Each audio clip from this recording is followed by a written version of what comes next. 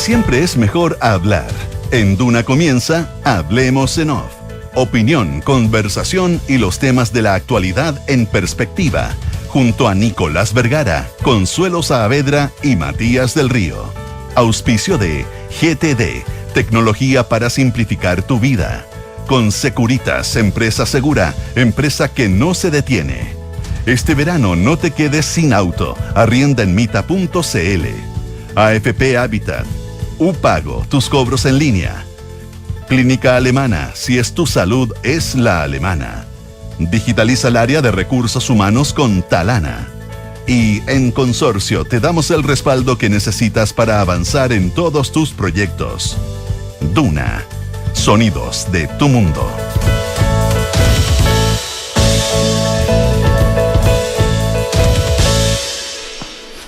Muy buenos días, ¿cómo están ustedes? Son las 8 de la mañana con 4 minutos, junto a, ahora sí, con equipo completo, a don Matías del Río, Consuelo Saavedra y quien les habla, Nicolás Vergara. Iniciamos una nueva edición, la de este lunes 4 de marzo, me carga hablar de los superlunes o ese tipo de cosas, pero iniciamos una edición, empezamos el año, la verdad que el año lectivo, en los medios de comunicación por lo menos, o al menos en la radio, se vuelve a clase el primer lunes de marzo, y esto es hoy. Consuelo, Matías, buenos días. Consuelo, Nicolás, muy buenos días. Hola, buenos días. El bronceado. ¿Estás en el Caribe, no, Matías del Río? Oye, el bronceado, la falta de higiene personal. Oye, pero es una cosa de loco. Lo que es verdad que perdí la afeitadora, no es más que eso, pero la acabo de encontrar en mi mochila. Nicolás es testigo. Soy testigo. Saqué mi computadora y en el fondo estaba la mochila, la afeitadora. Pero ¿y a quiénes habías culpado del latrocinio? No, dije, bueno, un producto de primera necesidad. Sí, porque cuando uno vuelve de vacaciones está el enredo de cosas, en fin. Pero no saben cuánto los eché de menos, y lo digo de todo corazón. Lo entretenido que me resultaba ayer pensar que hoy día iba a estar conversando con usted y en este programa que está entretenido. Así que estoy feliz de estar de vuelta. Excelente. Ojalá pudieran decir lo mismo, por lo menos dieron política. Acabo de decirlo, nosotros también. Bueno, voy a hablar por mí. No, di nosotros. Yo también. Mira, tanto te mencionábamos para pelarte, que es una sensación, es una demostración clara que te extrañábamos, ¿no? Que te extrañábamos, ¿no? Básicamente. Ok, bueno, ha vuelto el orden, el orden del universo, se hace presente nuevamente con Nico de corbata, Matías sin afeitarse. Ya. Está nuestra invitada. Y yo molestando. Y tú desde Londres. Ya, entonces estamos listos con la entrevista. Invitada, sí. Tomamos contacto con la ministra del Trabajo, Janet Jara. Ministra Jara, ¿qué tal? Muy buenos días. Ministra, muy buenos días. Hola, buenos días. Qué bueno iniciar este super lunes así con ustedes. Pero mire que bien. Lo mismo decimos, ministra. ¿Usted pudo tomar vacaciones, ministra? Sí, tomé, un poco interrumpida porque pasaron varias cosas, pero alcancé a tomar unos días y súper agradecida porque el año pasado no había podido con motivo del tema de los incendios, así que lo necesitaba. Ministra, para entrar en materia, reforma previsional. ¿De qué estamos hablando cuando hablamos de reforma provisional? ¿Qué proyecto es el que va a entrar al Senado? Porque entendemos que gran parte del proyecto, algunos lo definieron como el corazón, yo no quiero exagerar, pero gran parte del proyecto quedó bastante vacío. ¿Con qué se rellenan los espacios vacíos del proyecto que aprobó la Cámara de Diputados? ¿Qué proyecto vamos a ver? Mire, en la Cámara de Diputados se aprobó una cantidad de normas importantes que tienen que ver con la eliminación de la AFP, la reorganización de la industria, el cambio de multifondo a fondos generacionales, el aumento del tope imponible. Sin perjuicio de aquello, se aprobaron además beneficios que dicen relación con la garantía del 0,1% por año cotizado y beneficios que compensan las diferencias de género que existen en el sistema de pensiones. ¿Qué es lo que no se aprobó y que no es menor? Por eso tampoco quiero bajarle el perfil con lo que estoy explicando, pero creo que es importante tener toda la información. No se aprobó la cotización del 6% del empleador, ni la distribución de esa cotización, porque no se aprobó bajo ningún guarismo, digamos. El guarismo propuesto era 3 a un seguro social y 3 a capitalización. Si no se aprobó el aumento, difícilmente se iba a aprobar la distribución. Exactamente. Entonces, el tema que tenemos es que efectivamente tenemos un proyecto de ley donde se hacen ajustes paramétricos importantes, como el tema del tope imponible, el cambio en el sistema de comisiones, de acuerdo, que se pagan comisiones por el sueldo, pero lo de la industria, pero lo que no se aprobó es la forma de financiar el aumento de las pensiones. Por eso, pero eso es muy importante. Pero la pregunta, usted en su respuesta está la pregunta: ¿con qué distribución? ¿Y de qué tipos? Pero la distribución es de las cosas que quedó pendiente, quedó en vilo. O sea, el monto del aumento de cotización por un lado y la distribución por otro, que son dos pasos que convergen. Sí, yo creo que es súper importante aclarar, me parece lo que dice Nicolás, ¿no? Porque a contrario de lo que se había hecho en el gobierno del expresidente Piñera y de la expresidenta Bachelet, esta vez no se aprobó el aumento de la cotización previsional de los empleadores, lo cual es algo muy contradictorio, digamos, con lo que se ha dicho públicamente en torno a que todos sabemos que necesitamos aumentar el ahorro previsional. Entonces, ahí hay un primer tema en el cual la oposición va a tener que transparentar su postura, digamos, porque en los dos gobiernos anteriores ha estado, porque la cotización de los empleadores se cree, además ha señalado reiteradamente que es necesario aumentar el ahorro previsional, pero votó en contra de la cotización del empleador. Básicamente porque la asociaba a la distribución. Entonces, por eso digo que son dos absolutamente... Las veces anteriores también tuvo diferencias con la forma de la distribución y no por eso votó en contra de la cotización del empleador. Yo creo... Ustedes lo plantean el 100%, pero vamos. Pero ¿cómo lo piensan ver, ministro? Sí. Mire, nosotros hemos diseñado esta propuesta en torno al 3 y 3, porque se cumple un objetivo con esto, que es poder pagar esta garantía de una UF por 10 años cotizados, porque estos son beneficios para los cotizantes. Para los jubilados. Y para los actuales jubilados y para los futuros jubilados, para los que hoy día estamos cotizando. Cuando me refiero, Nicolás, que son para los cotizantes, porque algunos han tratado de instalar algunas fake news que lo que haríamos quienes estamos cotizando es financiar a los que nunca han cotizado. Y eso no es efectivo. Esto es beneficios en atención a los años cotizados. Hay que tener años cotizados para poder percibir ingresos de esos fondos. Claro que sí, porque hoy día la poco. PGU es para quienes cotizaron y quienes no cotizaron. Fíjense ustedes, la PGU la financiamos no hace esa diferencia. Entonces, en resumen, ustedes insisten con el 3-3. Nosotros vamos a presentar de nuevo la cotización del empleador, que es el 6%, para que se cree paulatinamente en el tiempo, y esa va a tener una distribución propuesta de un 3-3. Ese 3-3 va a tener que ver con, primero, aumentar la capitalización individual, que va a pasar a un 13,5%, y crear al lado un seguro social con un 3%. Ese seguro social permite entregar una garantía de una UF por 10 años cotizado y eliminar diferencia entre hombres y mujeres con motivo de las diferentes expectativas de vida. Sabemos que eso, aparte, la oposición no le gusta. Eso también es una realidad. Si la oposición tiene una propuesta distinta, nosotros estamos completamente abiertos a conversar. Pero lo que no nos puede pasar es que el gobierno pase de un 6 a un 4 y luego un 3%, y por otro lado la oposición no se mueva nada. Porque entonces el discurso de que queremos subir las pensiones no tiene un correlato práctico. Ministra Janet Jara, ministra del Trabajo, escenario nuevo, año nuevo y cámara nueva, y una cámara que es totalmente distinta o muy distinta en conformación o en equilibrios políticos respecto a la que se tramitó en la primera parte, ¿no es cierto?, de esta reforma. Y en esta, donde la oposición tiene la posibilidad tiene, no sé si mayoría, pero por lo menos tiene equilibrio total, va a depender de algunos detalles, probablemente en algunos casos sí podrá tener mayoría, plantean que el 3 y 3 tampoco.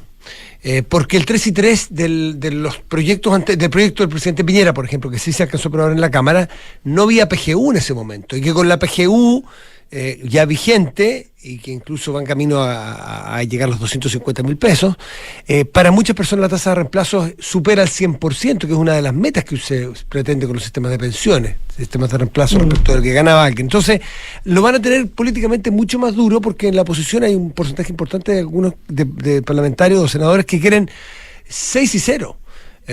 O a lo mejor 5 y 1 va a ser, pero el 3 y 3 parece, si ustedes parten ahí, quiere decir entonces que están también en conocimiento de que esto va a ser tan duro como la Cámara de Diputados. Saben, Matías, nosotros en el Senado hemos logrado construir grandes acuerdos. De la conversación que tuvimos en el Senado salió el proyecto de ley de las 40 horas y el salario mínimo a 500.000 pesos. Así como recientemente la ley de conciliación de la vida laboral, familiar y personal. Creo que hay diversas voces dentro de la oposición y nosotros vamos a hacer todo el esfuerzo por tratar de encontrarnos. Y vemos también voluntad en algunos de los sectores que hay dentro de la oposición. Así que lo vemos como un desafío, por cierto, que no es menor, que no ha sido fácil en todo este tiempo. Yo siempre lo digo con total transparencia, porque esto no se trata de auto ingrupirse o meterse goles uno mismo para hacer creer cosas que no son a la ciudadanía. Esto es difícil, pero creo que hoy día hay un escenario en el cual tenemos una ventana de oportunidad previo a la elección que se avisora para el mes de octubre, y que ojalá podamos encontrarnos en definitiva. Si logramos el acuerdo acá, dado que lamentablemente en la Cámara de Diputados se hicieron todos los esfuerzos, pero no se pudo, esperamos que el trámite a sí mismo se acelere. Y en ese sentido, ministra Jara... buenos días, Consuelo. Muy buenos días. En ese sentido, ustedes han planteado que ya se dieron bastante, ¿verdad?, respecto del diseño original de la reforma previsional que se estaba planteando, y que por lo tanto aprueban el cascarón, pero ¿están dispuestos a seguir cediendo en los espacios de negociación en el Senado? Mire, el objetivo de la reforma es subir las pensiones a los actuales jubilados y a los futuros jubilados. Si hay otro mecanismo que la oposición quiera proponer, nosotros siempre vamos a estar disponibles para conversar, pero con ese objetivo a la vista, porque lo que nos pasa es que cuando, por ejemplo, se dice que vaya al 6% a la capitalización individual, eso le va a subir las pensiones a las personas, pero en 20 años más. El tema es qué hacemos con hoy día la dramática situación en la que están las mujeres. Y yo me imagino, por lo que he conversado con los senadores de oposición, que ellos tampoco están porque esto siga de la misma forma. Lo que hay que hacer es buscar el espacio común en el que podamos sacar el acuerdo adelante. Y eso es lo que nos ha mandatado el presidente. Ahora, pero cuando planteamos el tema de las pensiones futuras, usted dice, somos las actuales y las futuras. Bueno, el problema de las futuras es que si se financia con un fondo colectivo, en el que sabemos que demográficamente va a disminuir la cantidad de gente que cotice, y que además las tasas de rentabilidad del sistema están bajando, etcétera, etcétera, etcétera. Entonces, la afirmación que hacen inclusive economistas que históricamente estuvieron vinculados a su sector, que finalmente lo que va a ocurrir es que las pensiones, los actuales cotizantes van a financiar las mejoras de pensiones de los actuales jubilados, pero dada la realidad de la cantidad de acumulación posterior, ellos no van a recibir los beneficios. Claro, Nicolás, lo que pasa es que ahí hay un supuesto de que esta propuesta de seguro social, que como señalaba va a tener por un lado 13,5 de capitalización individual y un 3% en un seguro social, fuese como eran las antiguas cajas o como es hoy día de Prica y Capredena, ¿no? Donde en definitiva a todos los uniformados le pagamos las pensiones nosotros, porque su tasa de cotización fue tan baja y por lo tanto este fenómeno el supuesto es el contrario, ministra. El supuesto es el contrario, que se financia solo con el supuesto es el contrario, que se financia solo con el fondo. Claro, el supuesto, entonces usted lo que nos dice, fondo pequeño. Ay, justo se corta un poquito, entonces no escucho bien cuando me preguntan, discúlpeme, dígame nomás. No. Lo que pasa es que yo tengo la sensación de que el supuesto es exactamente el contrario. Efectivamente, hoy día los déficits de las cajas de previsión los financiamos con gasto público, ¿no es cierto?, para mantener las pensiones a la gente. Ahora, si usted nos dice que lo que va a hacer es que va a constituir un fondo solidario, ese fondo solidario va a ser la fuente de financiamiento de las pensiones futuras. Al disminuir, es lógico que los actuales cotizantes no van a recibir el beneficio futuro. Es exactamente al revés de como lo plantea usted. Eso es lo que le quería comentar, es que aquí nadie está pensando que este seguro social va a financiar todas las pensiones futuras. Aquí hay un 13,5 que se mantiene en capitalización individual y se complementa con un 3% de un seguro social para modificar algunas inequidades como las que viven las mujeres. Pero los beneficios de ese 3% de seguro social son sumamente acotados. Por eso se entrega 0,1 UF por año cotizado. Y son así porque tienen que garantizarse para el futuro.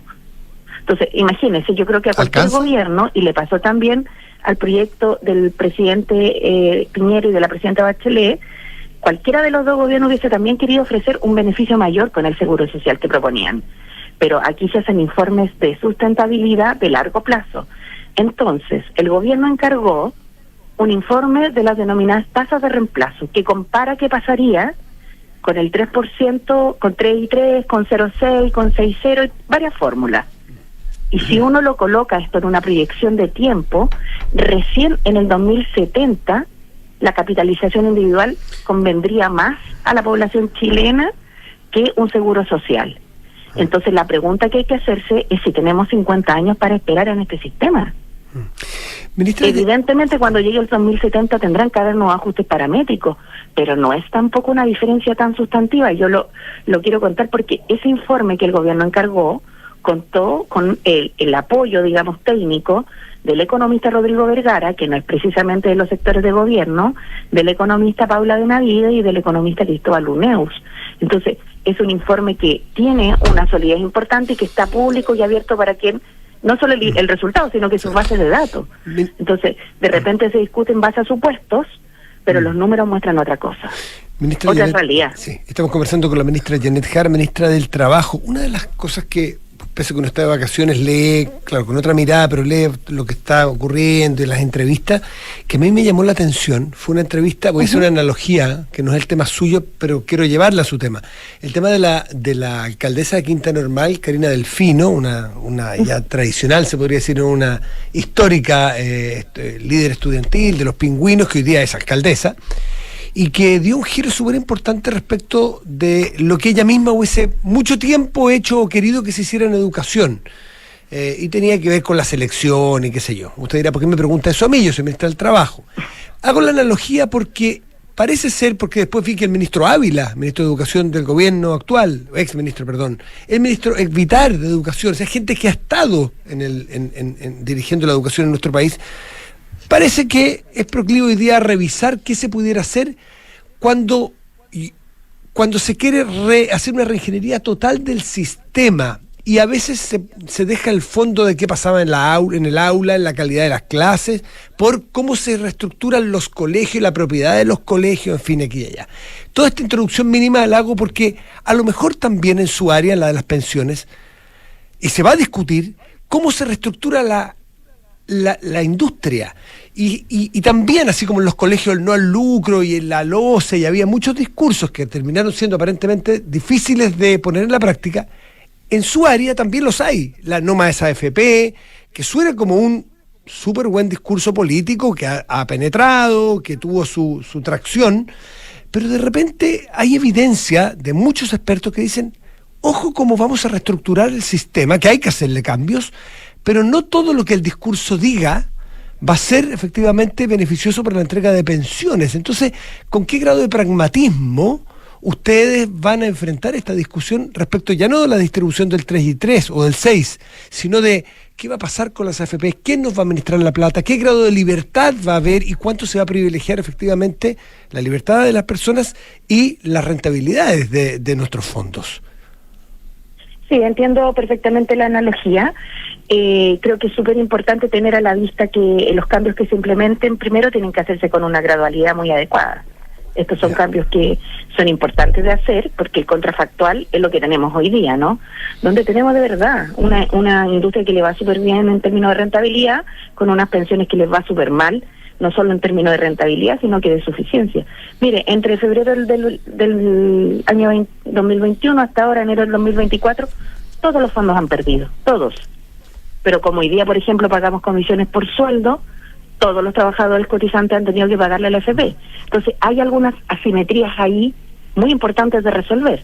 Tienen que ser graduales, tienen que ser debidamente acordados en el Congreso Nacional, tienen que ser con todos los respaldos técnicos, y en esa tarea hemos estado, y se van a ir haciendo ajustes. ¿Le puedo hacer Pero ¿qué es lo que aquí está en juego, Matías, si me disculpa? No, por favor. Está en juego poder implementar elementos como la licitación de los actuales cotizantes que están discutiéndose en el país desde el año 2008. Esto no es, actuales cotizantes que estén en una licitación para que se pueda competir por comisiones más bajas. Usted sabe que en el 2008 se creó la licitación de los nuevos cotizantes y ahí no hubo acuerdo para esto. En los siguientes proyectos de ley tampoco ha habido. Entonces, ¿cuántos años más tienen que pasar para que haya una competencia donde efectivamente las comisiones bajen. Entonces, aquí hay un contrafactual que es no hacer cambios. Y ese contrafactual, si uno lo analiza, es tener a la mitad de las mujeres de Chile con una pensión del CFP de 48 mil pesos. Me da la impresión que entre el no hacer ni un cambio y el hacer un Big Bang, hay bastantes cosas entre medio. Y la pregunta de fondo es si...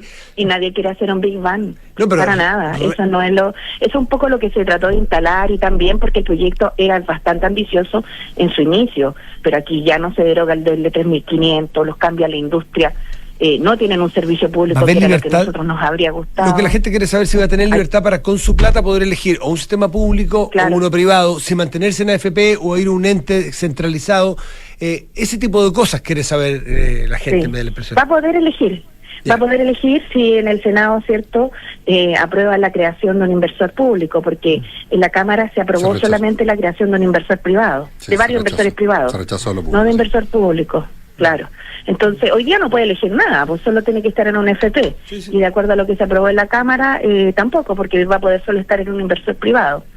Esperemos que en el Senado la libertad de elegir, que esto que se ha levantado con tanta fuerza, ¿cierto?, prime y se pueda elegir también una alternativa pública con las mismas reglas, las mismas leyes, en el mismo marco regulatorio. Pero nadie va a hacer ningún Big Bang, son cambios que son necesarios y que se tienen que ajustar, perdón, Consuelo, con gradualidad y apuntando a los elementos centrales. Y reitero, por ejemplo, un tema muy relevante es la licitación de los actuales afiliados, que viene desde la Comisión Marcel. Por eso le digo, estos no son cambios ni repentinos, ni que los otros gobiernos no hayan abordado. Lo que pasa es que aquí la resistencia es a que no se haga ningún cambio. Y eso, indefectiblemente, en algún minuto va a llevar a que la deslegitimidad sobre el sistema previsional crezca aún más. Si la verdad es que las pensiones son tan bajas que, como les decía, ni siquiera 2 UF es la mediana del monto de la pensión de una mujer. Entonces, menos de 50.000 pesos. ¿Con cuántos años estamos hablando de algo ministro? bien dramático. ¿Con cuántos años cotizados son las 2 UF las mujeres? Esas son todas las mujeres entre el 2007 y el 2021, Nicolás. ¿Y cuál es el promedio de cotización? O mucho, ¿cuál es el promedio, o poco, o nada? ¿Cuál es el promedio de años de cotización de esas mujeres? 11 años. 11 años, eso sí implica que hay algunas que cotizaron 30 y otras que cotizaron 2. Claro. Entonces, pero no sería más razonable hacerlo por cortes y ver la pensión promedio por quien cotizó 10 años, 20 años, 30 años. Está toda esa sería un poquito más real, ¿no?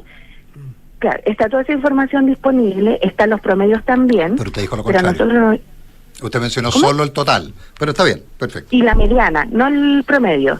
Y la mediana, porque en la mediana uno ve la mujer que está en la mitad de la pensión y dice de ahí para abajo esto y de ahí para arriba esto otro. Exacto. Usted sabe que en los promedios a veces la dispersión del media, promedio moda y mediana. Genera media, moda y mediana. Sí. Consuelo.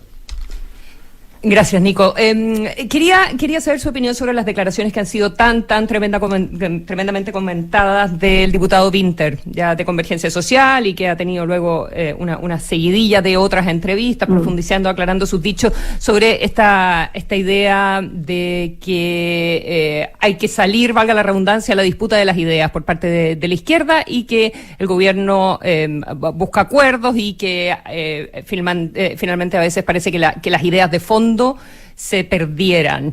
Y también ha hecho hartas críticas a amarillos, a demócratas, votos que se van a necesitar en la discusión de la reforma previsional también. Entonces, quisiera saber cuál es su opinión al respecto, si siente que en la búsqueda de los acuerdos se pierde la defensa de las ideas, o si eso no es así. Mire, cuando uno tiene un parlamento en el cual no tiene mayoría y quiere que las cosas se hagan realidad, es indispensable tener que conversar con los otros sectores y hacer concesiones mutuas. Eso es una realidad. A nosotros como gobierno nos habría gustado que la reforma previsional fuese distinta, con temas de seguridad social, un servicio público, un seguro más robusto. Pero el pueblo de Chile eligió un parlamento donde el gobierno no tiene mayoría. Y eso hay que respetarlo y hay que conversar con todos los actores.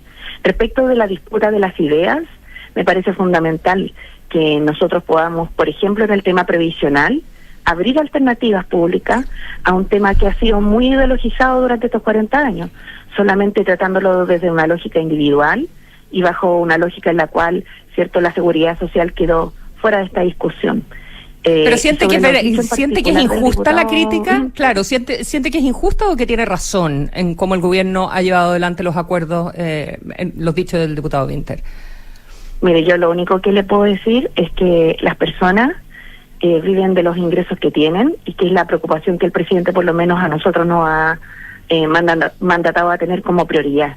Entonces, todas esas discusiones que se dan por los diarios, a mi entender, tienen poco que ver con cómo viven las personas que están solamente viviendo de una PGU o de una PGU más 40.000 pesos de su pensión. Trabajamos para ello y esa es por lo menos la tarea que yo tengo como ministra del Trabajo y Previsión Social. ¿Le dolieron las críticas del diputado en ese sentido? No, para nada. No hay dolor en eso. Me duele que no, pero le dieron rabia, pero y tampoco siente que le dificultan la pega, tampoco siente que le dificultan la pega en que tiene que hacer a partir de esta semana. ¿Sabes? No lo creo porque el tema de las pensiones tiene tantas dificultades que una opinión no va a hacer la diferencia. Si aquí lo que se requiere es de verdad si hay o no voluntad y acuerdo para poder cambiar esto. Mire, algunos lo han obstruido en distintos momentos por distintas razones, pero llevamos mucho tiempo con esto pendiente, así que ojalá podamos cumplir con nuestra responsabilidad esta semana. O sea, en esta reforma, con nuestras responsabilidades públicas.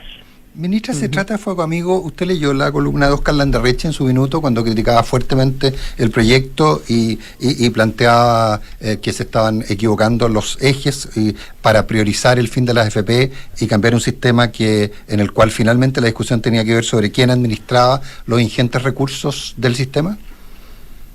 Mire, sí, la leí en su oportunidad. La verdad es que la reforma tiene un objetivo que es subir las pensiones actuales y futuras, y para eso se hacen ajustes en la industria que buscan que se optimicen. Landerreche dudaba del objetivo en su columna. Landerreche dudaba que se fuera a conseguir ese objetivo en su columna. Disculpe, que no lo entendí bien, no. No, que en la columna de Landerreche él dudaba que con esta reforma se fuera a conseguir ese objetivo. Sí, claro. Es su opinión. No, nosotros nos movemos en función del objetivo de la reforma y abordar el alza de las pensiones. Por ejemplo, el tema de del cambio de las comisiones, que tiene que ver con un cambio de la industria, que también se resiste, evidentemente, porque la AFP, imagínense, o sea, se les paga todos los meses, y cuando se pasa a comisiones por saldo se les va a pagar más cuando les vaya bien a los fondos y se les va a pagar menos cuando a los fondos les vaya mal. Evidentemente no quieren que eso pase. Entiendo que pero la nosotros AFP tenemos que pensar en los pensionados. Entiendo que la AFP ha propuesto el sistema de comisión por saldo, y de hecho, entiendo que las AFP han propuesto el tema de comisión por saldo. Y la APB es así. Y el APB es con comisión por saldo. Claro. No he visto, o sea, puedo estar equivocado, pero no he visto a ninguna AFP reclamando contra la comisión por saldo. No lo he visto eso. Yo sí lo he visto. Sí lo he visto, y también en general en los cambios, y sobre todo en la licitación de los nuevos cotizantes y la incorporación de más actores en esto, en la competencia. Yo me pregunto por qué la AFP no quieren que haya un inversor público. ¿A qué le temen? Si va a tener las mismas reglas. Es como en la banca. ¿Por qué no puede haber un banco del Estado? Entonces, hay mucha resistencia en esto. Yo confío en que los que estamos en política podamos cumplir con nuestras obligaciones, pero aquí el foco principal es subir pensiones de actuales y futuros jubilados. Hay dudas técnicas de que eso se consiga. Futuros cotizantes. Hay dudas técnicas de que eso se consiga.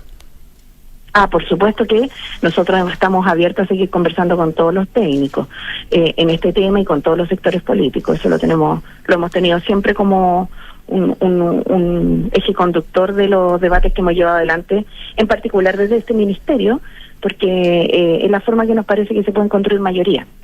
Me voy a tener que despedir. Sí, ministra, digamos, ahora, en 2 minutos. Pero ministra, un solo dato, sí, porque me llegó un cuadro de la Superintendencia FP respecto a las rentabilidades, por ejemplo, en el caso del Fondo A, y no en el periodo entre el 2002 y el 2024, 5% promedio, últimos 12 meses, 8% promedio, acumulado 2024 de 1,6, o sea, no calza con el número que había dado usted. De las cifras de la Superintendencia. Si calza, ¿sabe por qué yo no le hablé del 2002? Yo le hablé del 2021 al 2024. No, yo le estoy hablando del... bueno, pero es que, claro, pero es que entonces, si yo elijo, también yo podría decir que rentó el 14 si elijo 2 años, o sea, hay que pedir promedios largos.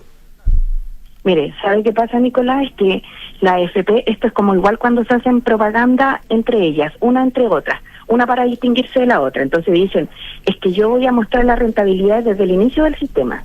otra dice yo voy a mostrar los últimos 12 meses, otra los últimos 24, entonces cada una puede mostrar lo que le conviene. Pero usted está haciendo lo mismo. Que sí es que, disculpe, lo que sí que si uno ve los datos completos históricos, las rentabilidades van a la baja y no al alza. Y ese es parte de los problemas que tenemos. Por eso la calidad de las inversiones tiene que mejorar. Y por eso el proyecto también entra en una parte que no se conversa mucho públicamente de esto, pero que tiene que ver con el régimen de inversión y cómo esto se optimiza hacia el futuro. Y por eso se busca que haya más actores y más inversores y más competencia. Todo esto tiene una lógica detrás, donde el sector privado va a poder seguir participando completamente. Y si algún FP se quiere reconvertir en un inversor, va a poder hacerlo sin ninguna dificultad. Sí, ahora lo interesante, ministra, es que si hablamos de rentabilidad más allá del tiempo, de un tiempo acotado o un tiempo A, B o C, es que cuando veamos las pensiones que se entregan para poder medir peras con peras, es para personas que hayan tenido siempre cotizaciones y no lagunas, que yo sé que no es la realidad de todos los chilenos, pero para poder medir cuán bueno o cuán malo es decir, una persona que siempre ha cotizado renta tanto, porque si decimos personas que cotizaron una vez en toda su historia y entran al promedio, eso distorsiona el análisis probablemente. Pero en fin. Claro, pero por ejemplo en el dato, Matías, del 2007 al 2021, las mujeres que cotizaron una sola vez no están incluidas, que son las que cotizaron solo para abrir cierto, una cuenta por el tema del bono por hijo. O sea, esto igual, claro. Ahora, el punto y la pregunta o el comentario que usted hace es bastante clave, porque si uno dice cómo debiera ser un sistema de pensiones con cotizaciones permanentes para toda la vida, ¿cierto? Durante toda la vida laboral, ese es un modelo, pero por algo en los demás países se cotiza el doble que en Chile. Ministra, si tiene que ir usted. Esta es la realidad supera la teoría. Entonces, por eso los sistemas de pensiones no son solamente individuales y por eso proponemos que quede en un 13,5% la parte individual y recién en un 3% la solidaria. La solidaria que es para cuando usted también se jubile y cuando sus hijos se jubilen y hoy día que nuestros padres están jubilados también les toque. Ese es como el modelo, algo un poquito más ponderado que lo que hay hoy día. Ministra Jara, muchísimas gracias como siempre, queda mucho por conversar. Ya, un abrazo. Y esperamos hacerlo. Que esté muy bien, gracias. Que estén bien. Gracias. Chao, igual usted, buen año. Chao. Para las empresas, la seguridad es un tema. Contrata la protección inteligente de Securitas para tu empresa, porque una empresa segura es una empresa que no se detiene. Securitas, líder mundial en seguridad. Evita la fuga de ingresos hoy. Upago es la plataforma líder en LATAM en recaudación y cobranza, un software 100% en línea que garantiza los ingresos de tu empresa de manera automática y segura. Upago, tus cobros en línea. Desde la app Talana revisa solicitudes y gestiona la información de tu equipo fácilmente desde un solo lugar. Talana, tecnología humana. Los amigos de GTD nuevamente sorprenden. GTD es distribuidor Starlink oficial, autorizado. Así, la mayor cobertura de fibra óptica se une con la mejor conexión satelital para brindar, como siempre, la más alta continuidad operacional de las empresas. En GTD hace que la tecnología simplifique tu vida. Perdón. La cuenta más de Banco Consorcio es la cuenta Vista, que te paga un 7,75% de interés anual por el saldo en tu cuenta. No hay otro igual. Solicítala 100% online en consorcio.cl.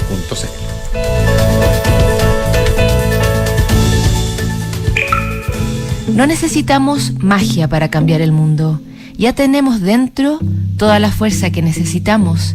Tenemos el poder de imaginar algo mejor. En Duna, la escritora inglesa J.K. Rowling. Duna, voces, inspiración y sonidos de tu mundo. ¿Qué es lo más importante para que una pyme siga adelante? ¿El gerente general? No. ¿El personal? No.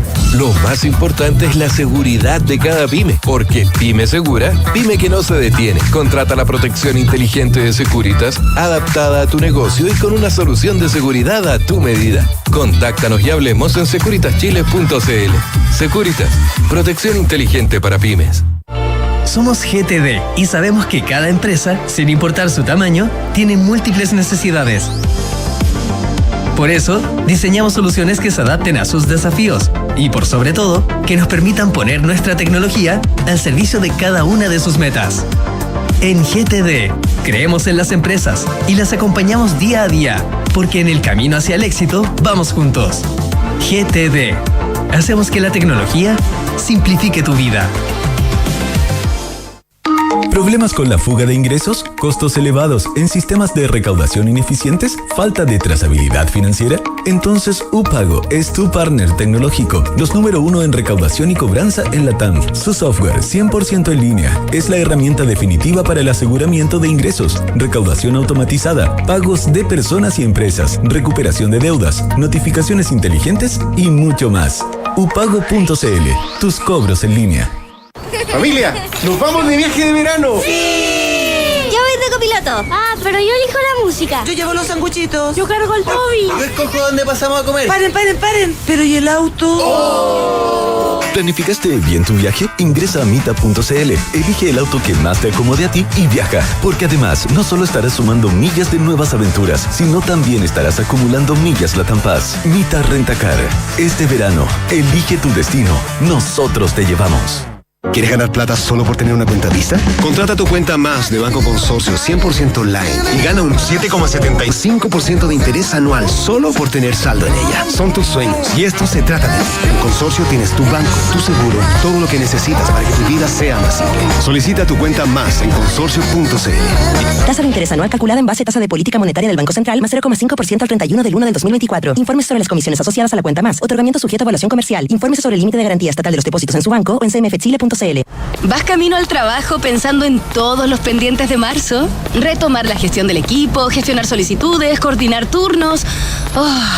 Pero, ¿conoces Talana?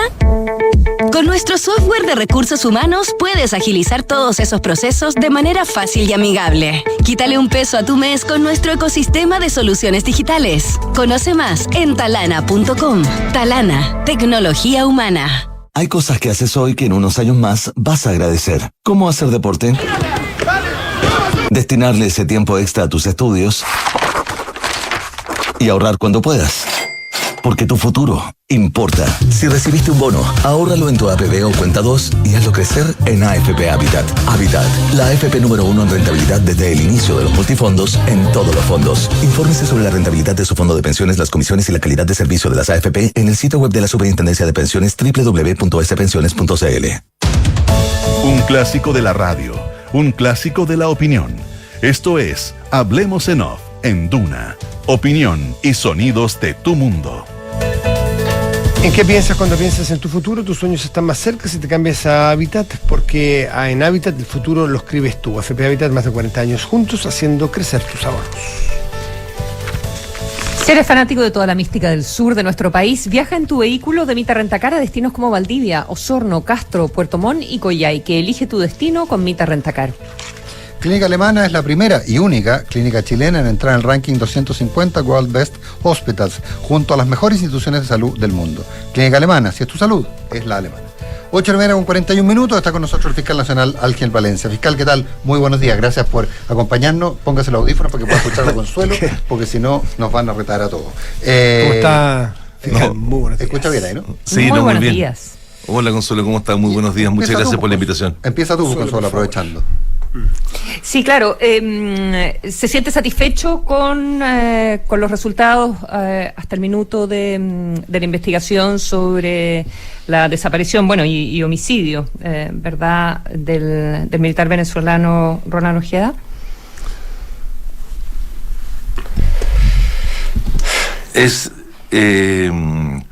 La expresión satisfecho es una expresión bien singular, porque normalmente es la que yo suelo ocupar cuando veo los resultados del trabajo bien hecho.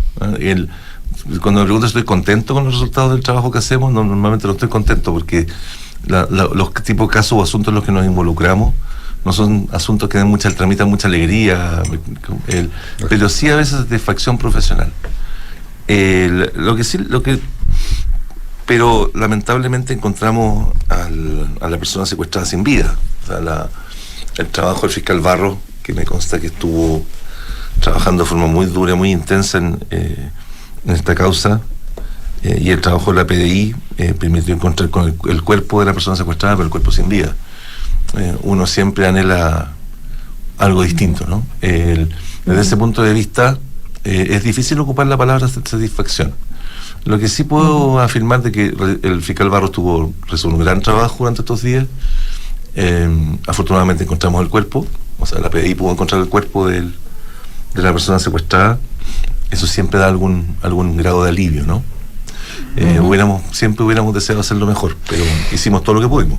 Hasta aquí. ¿Le dificultó toda la discusión que hubo durante los 10 días o 12 días de búsqueda y el enfoque político del caso, de que esto probablemente, como lo afirmaba la familia, ¿verdad?, tenía que ver con una persecución desde Venezuela? La discusión política corre por un carril, o en esta oportunidad corrió por un carril distinto del trabajo que realizaba el Ministerio Público con la policía. En ningún momento sentimos o advertimos que esa discusión contuviese críticas hacia el trabajo que estábamos realizando, más bien lo contrario. Más bien percibimos de parte del gobierno respaldo hacia el trabajo que se estaba haciendo, y también de los distintos actores políticos. Por supuesto, advertíamos que había opiniones, comentarios de distinta naturaleza, especulaciones, en algunos casos bastante frívolas, de algunos sujetos, de algunas personas, respecto a lo que estaba ocurriendo, pero era una discusión que corría por cuerda paralela, que, permítame decirle, de modo alguno interfirió en el trabajo que realizamos, que se ha estado realizando y que se va a seguir realizando. Sabíamos hace un buen rato que estas bandas, si es que suponemos que son bandas de crimen organizado venezolanas, no sabemos si mandadas desde Venezuela o desde el propio Chile. Sabíamos hace rato que están muy metidas, muy enraizadas pero creo que esto, no sé si usted comparte, nos da la evidencia de que hay un poco más de lo que pensábamos en cuanto a gravedad, a profundidad, a extensión, a arrojo. Arrojo, porque ellos, cuando hacen y matan a esta persona, saben probablemente más que nosotros quién era el teniente Ojeda, sabe las implicaciones que va a tener, sabe toda la especulación que va a haber respecto de si es el régimen de Caracas el que está metido aquí o no. Saben que se va a producir eso. No creo que sepan que tratan de matar a un simple ciudadano que vive en nuestro país.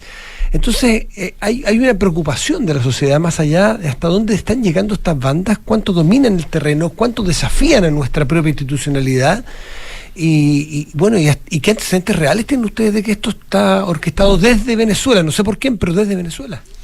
Sí, el modus operandi o el nivel de desarrollo del logístico, la cantidad de medios destinados, etcétera, a estas alturas ya no nos asombran, nos preocupan, nos siguen preocupando, ¿no? Alertando, pero ya no nos asombran, porque ya hemos visto la forma como trabajan y muy probablemente la cantidad de medios destinados, la cantidad de sujetos involucrados, la preparación, los seguimientos, el reconocimiento del lugar, son los que los secuestradores deben haber advertido como necesarios para poder secuestrar a un ex militar. Es una persona que tiene entrenamiento, militar, no es secuestrar a cualquier persona. Efectivamente, no es secuestrar a cualquier persona. Pero las consecuencias de política interna en Venezuela, o las políticas de una actividad como esta, o las consecuencias en la política exterior de Chile que puede tener una acción como esta, yo no tengo antecedentes que me permita sostener de que estos secuestradores tienen un manejo de esa información, o que tienen dentro de los cálculos que realizan esto lo incorporen dentro de la ecuación, ¿no?, de los efectos que quieren provocar. Por supuesto, no cabe duda que una de las entre las distintas hipótesis que hay que investigar es si la motivación de estas personas fue causar algunos de estos efectos, ¿no?, cuando planean la acción. Pero también, como tenemos que investigar con todo el respeto, para la familia, pero entendemos que lo comprenden en razón del principio de objetividad que regula o ordena la actividad del Ministerio Público, también tenemos que investigar si puede haber habido otras motivaciones, si esto puede estar relacionado con la forma como la víctima en los hechos en la práctica se ganaba la vida, si puede haber una actividad por error, lo que sea. Entonces, estamos obligados a explorar distintas hipótesis. Ya no todas, ¿no? Y yo no quisiera decir que todas. Tampoco, supongo que el autosecuestro ya no. No, exacto. Nunca fue todas tampoco. Porque la verdad es que todas te abren una cantidad de hipótesis que son inabordables, que tampoco es razonable investigar. Hay que priorizar. No, hay que priorizar, ¿no?, en base a lo que tiene. Pero hoy día eso establece un conjunto de limitaciones. Ahora, si esto estuvo o no estuvo planeado desde fuera, ya sabemos que si hay una banda que forma parte, podemos llamar que forma parte que responde a las características del crimen organizado transnacional, es muy probable que actúe en función de órdenes que se imparten por alguien que no se encuentra dentro de Chile. Pero todo eso hay que investigarlo. Existe también un fenómeno que se ha descrito como el fenómeno de la uberización del crimen organizado. Claro. Subcontratación. Subcontratación, franquicia, claro. Gente que actúa con la autorización de, pero que tiene bastantes niveles de autonomía y de independencia, pero que ocupa la marca para infundir temor.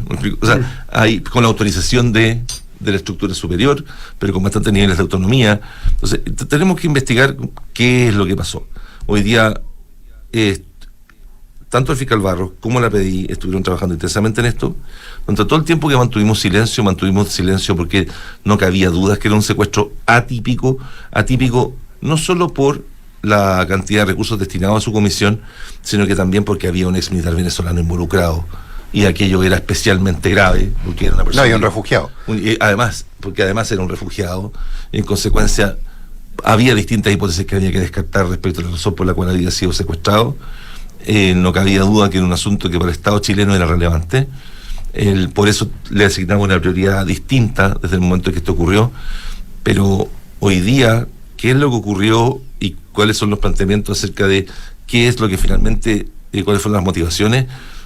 Vamos siempre a plantearlas sobre la base de lo que hay en la investigación. Fiscal, a partir de los hechos, estamos por aceptado que se trata de un secuestro atípico. Hemos visto hasta el cansancio las imágenes del ascensor de tipo tan profesionales que son capaces de con el nerviosismo de una operación de ese tipo contestar el celular, digamos. O sea, es bien impresionante. Vemos a gente daría la impresión que se ve gente mayor, digamos, no sé, un grupo importante, y el único detenido que tenemos es un venezolano de 17 años. O sea, es razonable pensar que se pudiera acotar las responsabilidades en eso. Daría la impresión que es muy poco, no da la impresión de ser un secuestro profesional el que caiga alguien de 17 años. Estaremos frente a una figura de qué tipo.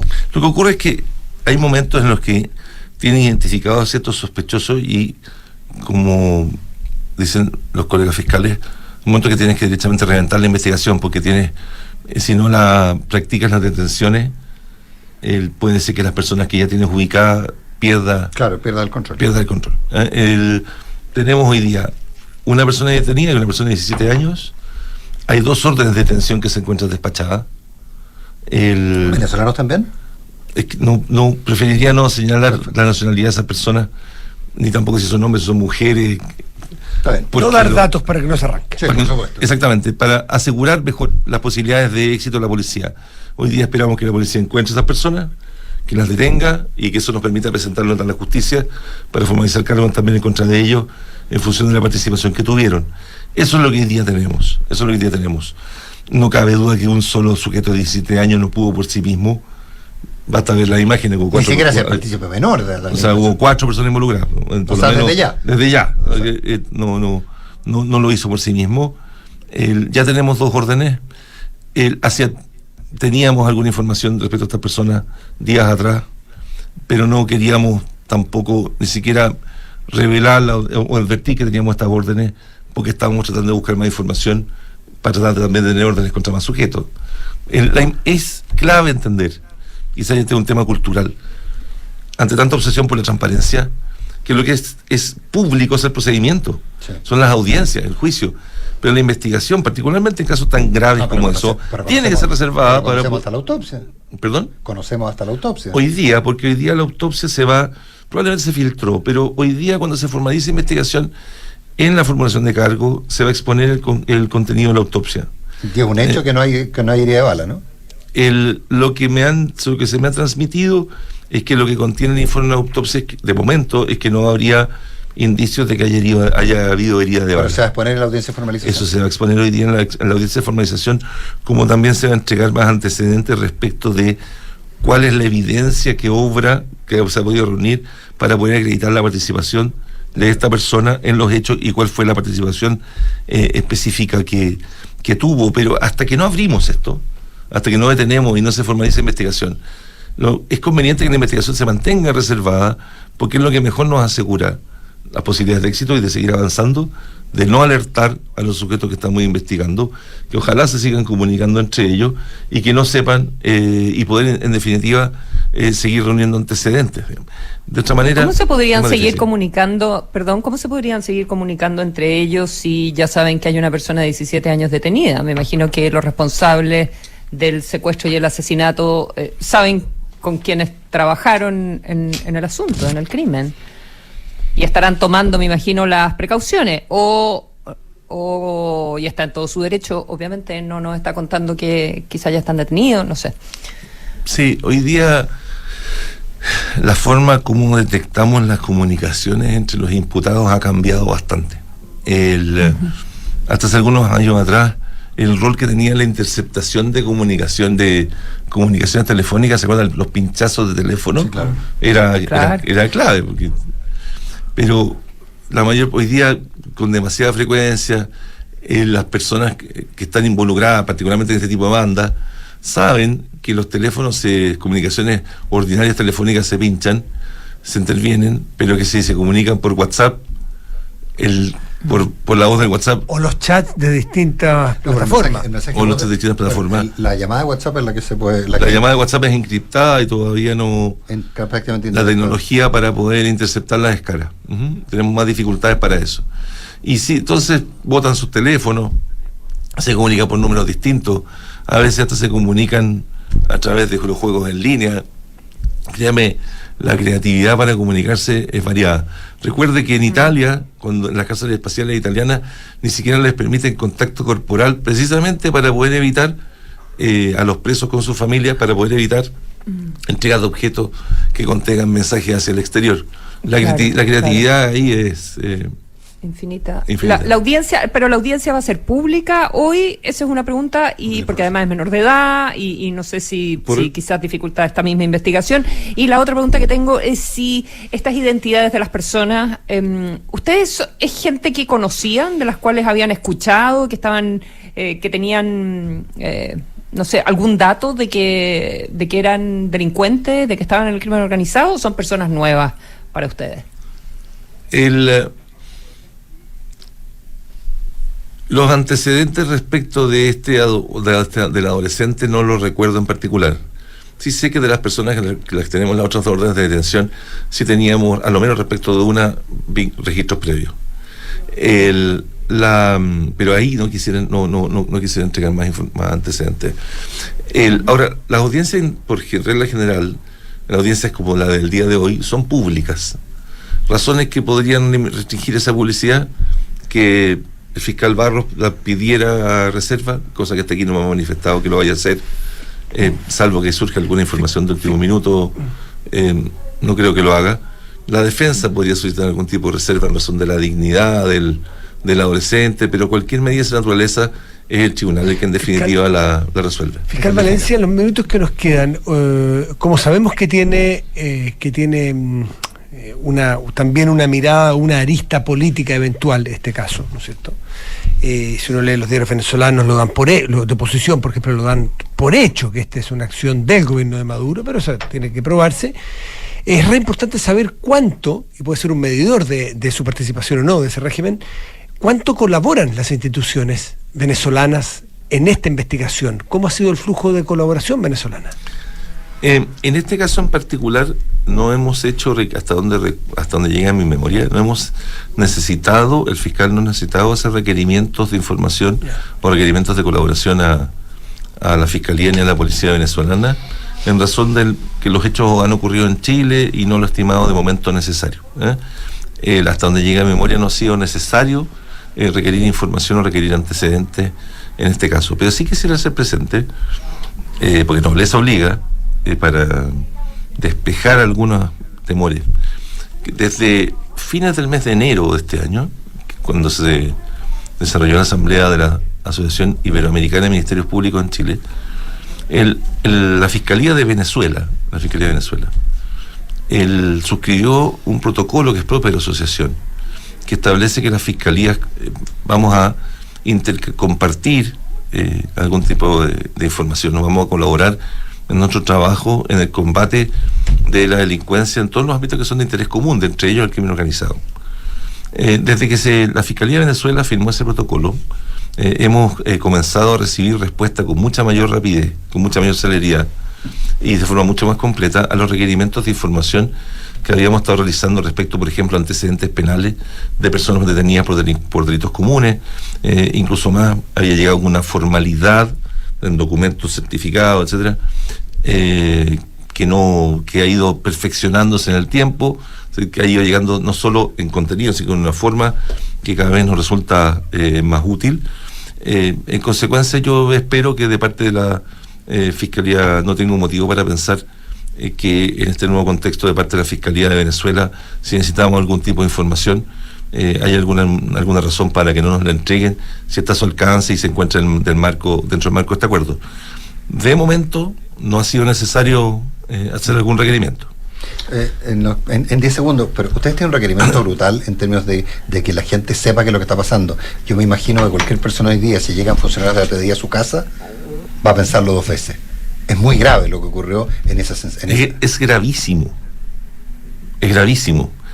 Pero es gravísimo porque efectivamente, tal como tú señalas, Nicolás, el que llegue personas disfrazadas de funcionarios de la PDI a un lugar y que termine siendo finalmente secuestradores, le provoca temor a cualquier familia. Pero vamos atrás. El que haya delincuentes que se disfrazan de policía no es una cosa que nunca hayamos visto en la historia chilena. Probablemente no es primera vez. Lo que pasa es que, claro, no se disfrazan para secuestrar a un ex militar refugiado, ¿no?